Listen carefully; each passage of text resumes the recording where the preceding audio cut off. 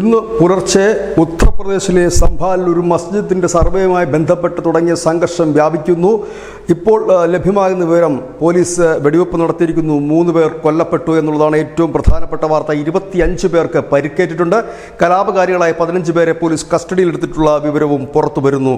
ഷാഹി ജുമാ മസ്ജിദിൽ സർവേക്കെത്തിയ സംഘത്തെ തടഞ്ഞതോടുകൂടിയാണ് പ്രശ്നങ്ങൾ ആരംഭിക്കുന്നത്. തുടർന്ന് 100 കണക്കിന് ആളുകൾ തെരുവുകളിൽ തടിച്ചുകൂടുകയും ഈ സർവേക്കെത്തിയ ഉദ്യോഗസ്ഥന്മാരെയും പോലീസിനും നേർക്ക് കല്ലേറ് നടത്തുകയുമായിരുന്നു. പിന്നീട് ഈ കല്ലേറ് തീവെപ്പിലേക്ക് തിരിയുകയായിരുന്നു. വാഹനങ്ങൾക്കും വീടുകൾക്കും നേരെയൊക്കെ തീവെച്ചുകൊണ്ട് അതൊരു വലിയ കലാപമായി മാറിയപ്പോഴാണ് ഇവരെ പിരിച്ചുവിടാൻ പോലീസിനെ വെടിവെക്കേണ്ടി വന്നതും ആ വെടിവെപ്പിൽ 3 പേർ കൊല്ലപ്പെടേണ്ടി വന്നതും. ഏതായാലും ഈ അക്രമ സംഭവങ്ങൾക്കിടയിലും സർവേ നടപടികൾ പൂർത്തിയാക്കിക്കൊണ്ടിരിക്കുന്നതായി പോലീസ് മേധാവികൾ അറിയിക്കുന്നു.